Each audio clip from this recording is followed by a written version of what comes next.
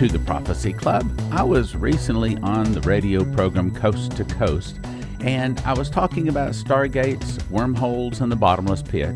And this is part of that interview edited to fit our program, and I think you'll find it very interesting. And of course, I recommend you get my brand new DVD, Stargates, Wormholes, and the Bottomless Pit. Now let's go listen to the radio program in progress. Boy, I tell you, it's really scary. Well, my opening questions, my hypothesis goes like this. Have 33 countries spent $10 billion, hired 10,000 scientists to secretly recreate an ancient Egyptian Stargate or wormhole? Was the idea for movies such as Contact, Hellboy, and Stargate SG-1 birthed from their plan to build a modern-day Stargate? Is their stated goal to recreate the Big Bang and to find the Higgs boson really a cover story for something more sinister? Will this 17-mile circular Large Hadron Collider, built 574 feet underneath Switzerland and France, open a door to another world? Could the LHC be causing the strange sounds reported over cities of many square miles in size? Could it be causing earthquakes and volcanoes to awaken? Some scientists fear that it could easily open a wormhole or create a black hole and destroy this planet. Muslims are looking for their Mahdi, or their 12th Imam, to lead Islam to world domination. And they claim that he's going to arise out of a well in the earth, either in Iraq or Iran. Christians are looking for the beast to, quote, ascend out of the bottomless pit. The question is, will this LHC open a door allowing something strange to enter into our world? Scientists have built this collider at CERN, C-E-R-N, but CERN is not a word. Is it short for CERNunnos, which is an occultic half-man, half-beast which arises out of the earth? Will CERNunnos arise from the Large Hadron Collider in 2014 and become the Mahdi, 12th Imam, the beast, and the Antichrist? Prophecy also says large locusts enter our world, sounding like running horses, sting men for 5 months. Could it be that through the LHC is how they'll enter our world? And finally, what will happen in 2014 when they turn the power up to 100%? Has mankind possibly built something it cannot control? Possibly something that could bring death to millions, maybe even destroy our earth? All right, that's my contention. I want to say that these are rational people, normal people, like we see driving down the highways next to us. But I also have to suspect that there's people in high places with unlimited income that have some secret projects, some secret experiments going on in various places around the globe. And they have discovered that this thing works on a small basis, but the problem is how do you get $10 billion? How can you build a big one? My guess is that they've actually built it on smaller. I wish I could prove this. I mean, I wish that I could say, look, I Googled them or I emailed them. They let me in to their secret meetings and they showed me all of the secrets and they told me that this is really true. I wish I could say that, but I can't. But as we look around, things like the A-bomb, as we look around and we see our world being surveilled with cameras and now planes in the sky, something is coming. Something bad is coming. I think everybody in America senses it. We're all looking at each other with this kind of out of the corner of our eye saying, something bad's coming. Can you tell me what's on? I think that we are some of the most over and under-informed people in the world, Americans. We have a lot of information. We have great communications, but we aren't being told enough information to straighten our world out. We're in a mess. Our nation's in a mess in a lot of ways. Why is that? And what are they doing with this big collider? at CERN. What they tell us is the objective is to accelerate a clockwise and a counterclockwise circulating plasma beam at just short of the speed of light. And they tell us that what they're trying to do is to cause these to slam into each other like 11,000 times a second to create the God moment, or the Big Bang. They're trying to find the Higgs boson, which is supposed to help them explain what gives all matter in the universe size and shape. And it's kind of interesting because, you don't spend $10 billion financed by 33 countries with 10,000 scientists, 608 universities, 113 nationalities, something this technical, 1,600 superconducting magnets, just to look for a Higgs boson, the most elusive matter in the universe? Oh, come on. There's got to be, if I just know that people are sensing they're being lied to. What is going on? What is going on in the world? What is going on in America? And they look at this thing and say, I don't know the truth, but I don't think we're being told the truth, what we're being told. Anyway, to continue to tell you what they're trying to do here. These plasma particles colliding at some 10 million times a second.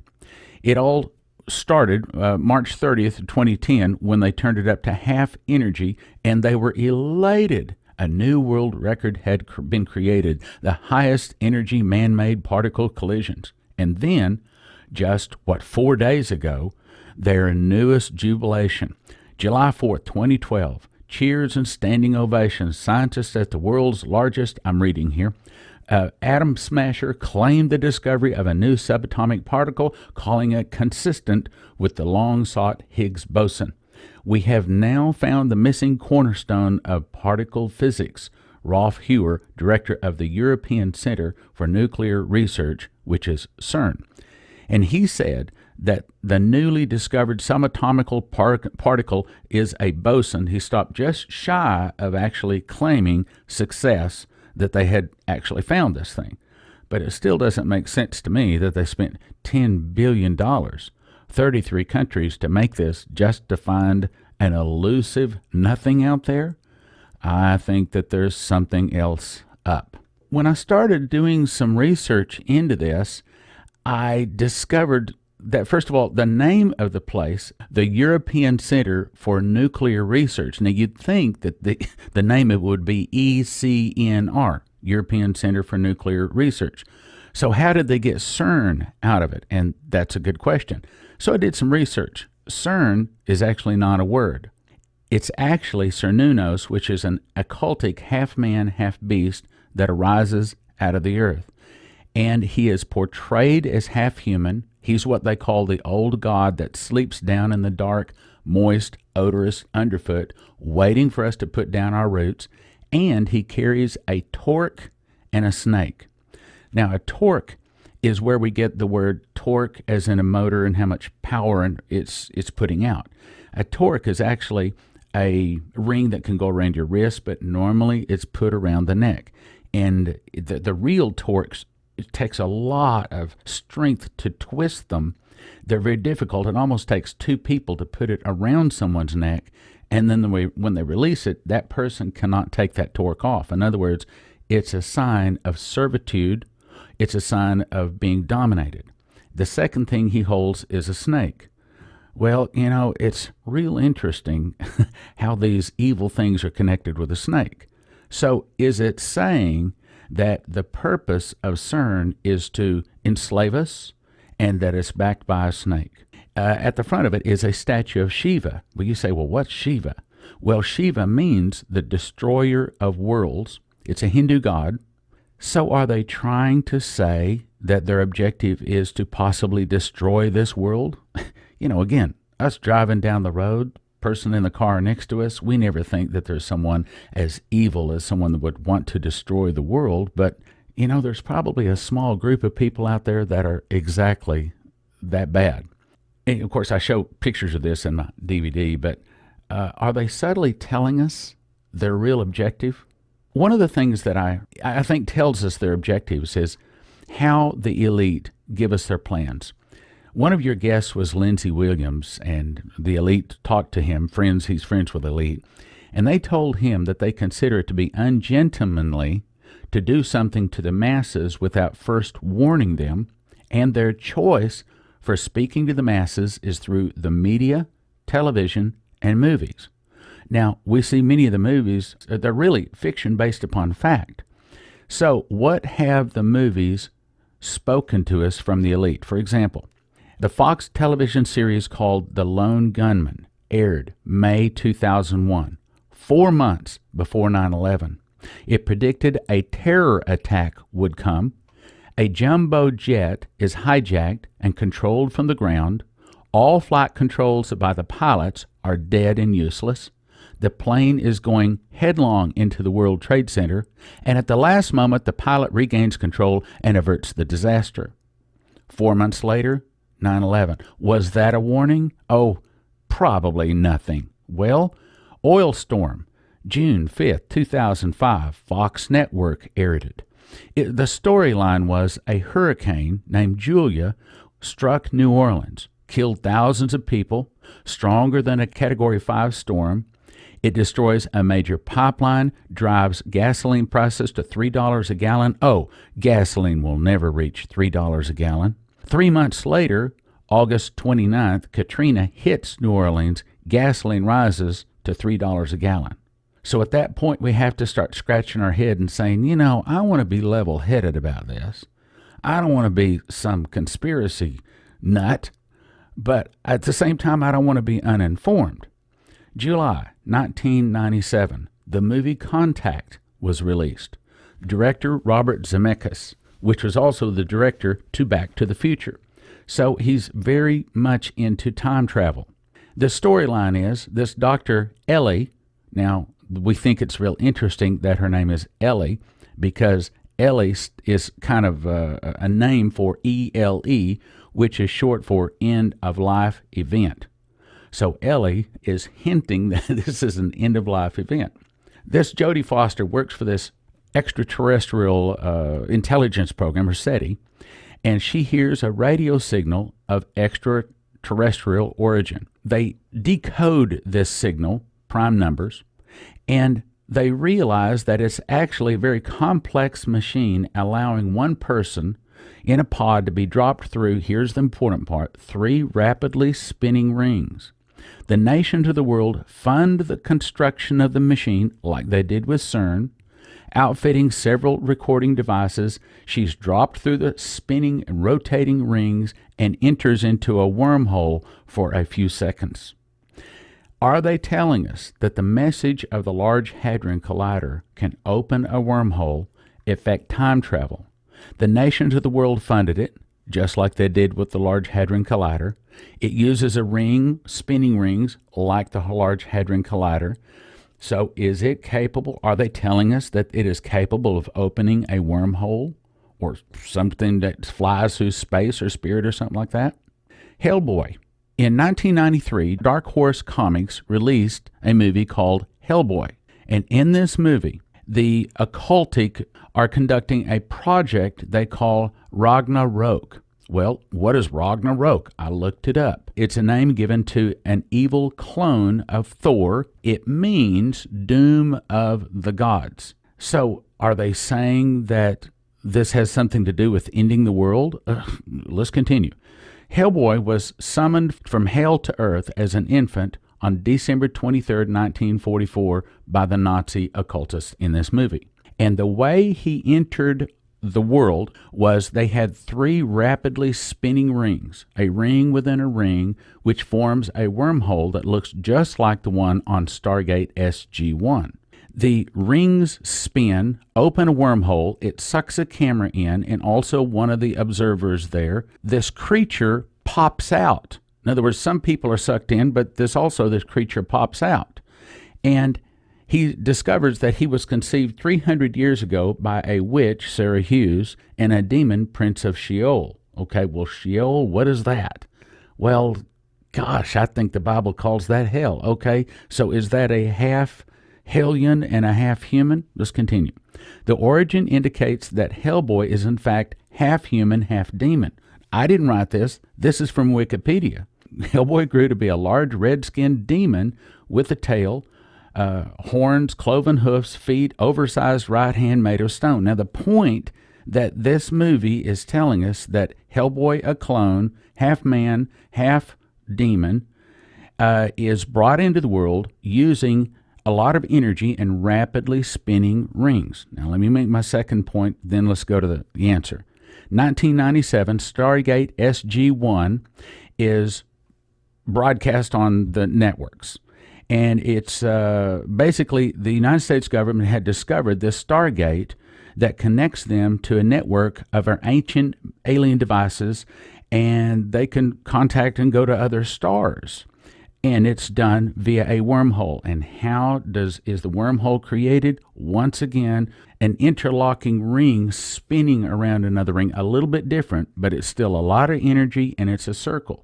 Well, what do we have at CERN? The LHC is a lot of energy, and it's in a circle.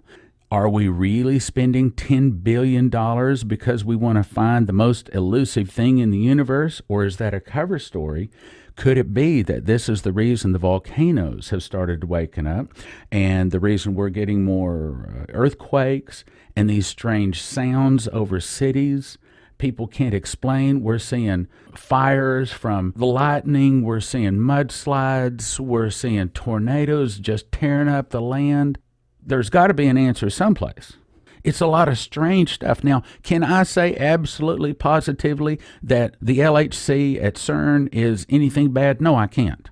As a prophecy teacher, now for some 30 years, what I can say is the Bible does say that there's going to be a crack in the earth, and coming out of that crack is going to be the beast. And this is the guy that kills the two witnesses that walk up and down the streets of Jerusalem the last 3.5 years of the tribulation. They close it from raining. They turn water to blood. And this beast is the guy that kills them. Also, there's a crack comes in the earth. Coming out of the crack is smoke. Coming out of the smoke is locusts.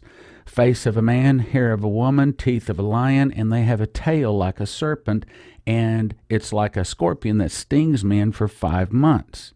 So I start saying, hey, wait a minute. The Muslims are looking for some kind of a beast to arise out of the earth. Could there be something to this? Well, maybe nothing. Maybe we're just wasting our time. $10 billion to find the most elusive thing in the universe? I can't buy it. It just doesn't make sense. There's got to be something more to it. Now, they're not telling us. I would like to be able to have a really kind, smooth answer, but probably the correct answer is it's just a choice they've made, because a lot of them basically are saying, God, I don't want you in my life. I don't want there to be a God. I want to live my life the way I want to. Now, a little bit deeper question that you're really getting to, I just happen to have the answer for. And a lot of people say, well, I don't understand why America has been so much more blessed than other nations. I don't understand why, if we continue to go down this path, why you say we get in trouble. And I guess that brings us to the next topic, maybe. Do we want to talk about what is coming in the future? Okay.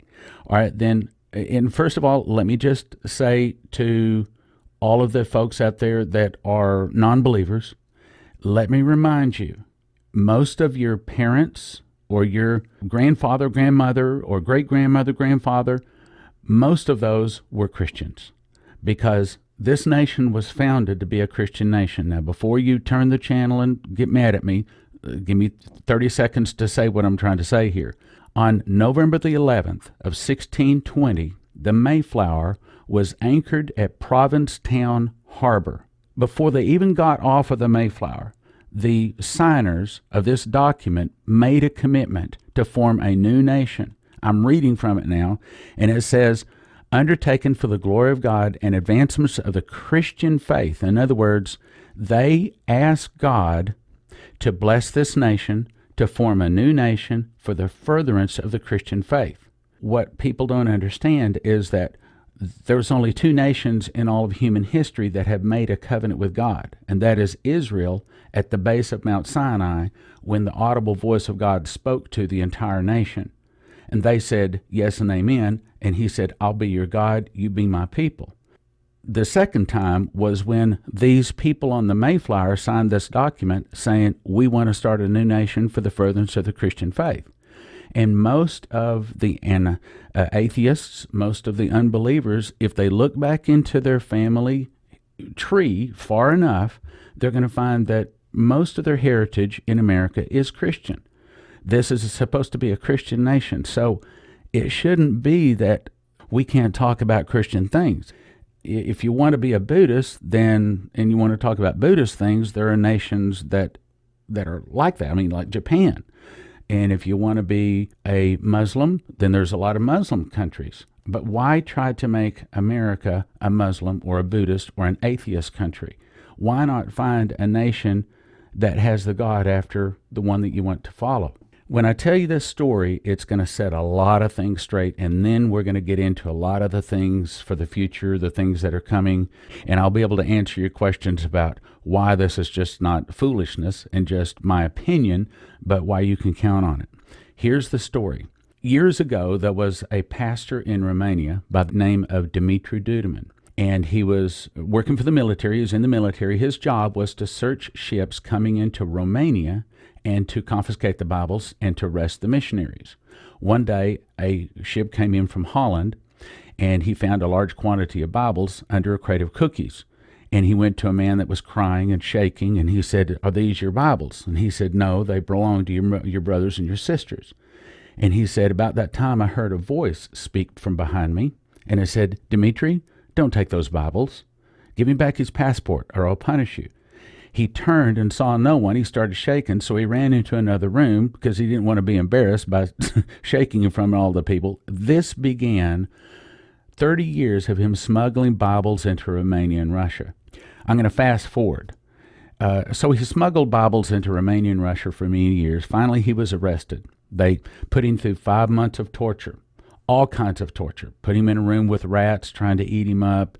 They would get him all cold and beat him with rubber hoses. Finally, they took him into another room, and they said, Dimitri, do you see this chair? He said, yes. He said, we brought this chair all the way from Germany just for you. You see that chair? You're going to tell us how you get the Bibles in, or you're going to die on that chair. He said, even if I die, I have nothing to tell you. He said, they strapped me on the chair. They put a bowl on my head. They put something over my chest, something under my feet, and they turned it on. He said, I felt pins and needles going all through my body. He said, I thought I was going to die. And he said, so I cried out, God, don't let me down. He said, about that time, the whole room lit up with white light. And the angel said, look at me. He says, I looked up. Now, the electricity is going through his body. He looks up and he sees this angel and says, I'm the angel Gabriel. He said, I'm here to protect you. He said, don't worry. He said, you're not going to die. He said, you're going to America to give them a message from God. He said, plead the blood of Jesus. So he said, I started saying, Singululu Isus, which is Romanian for the blood of Jesus. He said, I woke up on the ground. They were slapping me around, pouring water on me. And he said, now we have everything. They turned the machine on. There was his voice. Singululu Isus. In other words, they could not kill him. Put him back on the electric chair. The second time, turned the electricity up, still couldn't kill him. Now, whether you're atheist or not, anybody that can be put on the electric chair twice and cannot be killed, I'm ready to listen to him. So anyway, now we're going to skip forward. 3 months later, the angel came to him. In the middle of the night, he said, Dimitri, get up, run outside. He said, now do you hurt anymore? Because he was all beat up, okay? He said, no. He said, okay, get busy. He says, you have 4 more years to carry Bibles. He said, they will follow you step by step, but I'm going to be ahead of you. I'm going to blind their eyes. When they see they can't catch you, they're going to kick you out of your country. He said, you're going to America to give them a warning from God. He said, now, so that you know that I'm truly the angel of God, I'm going to tell you the year, month, day, and hour you're going to be exiled. He said, July 22nd, 1984, 10 o'clock in the morning. He said, for 4 years I carried Bibles. I took out my passenger seat, my back seat, had so many Bibles in my car across the dash. He said, I could barely turn the steering wheel. I pull up to the checkpoint. They're throwing the Bibles around. What are you doing with all these books? Where are the Bibles? Dimitri, we know you have Bibles. How do you get the Bibles through? Who do you bring them to? Who do you take them to? How do you get the Bibles through? They couldn't see they were handling Bibles.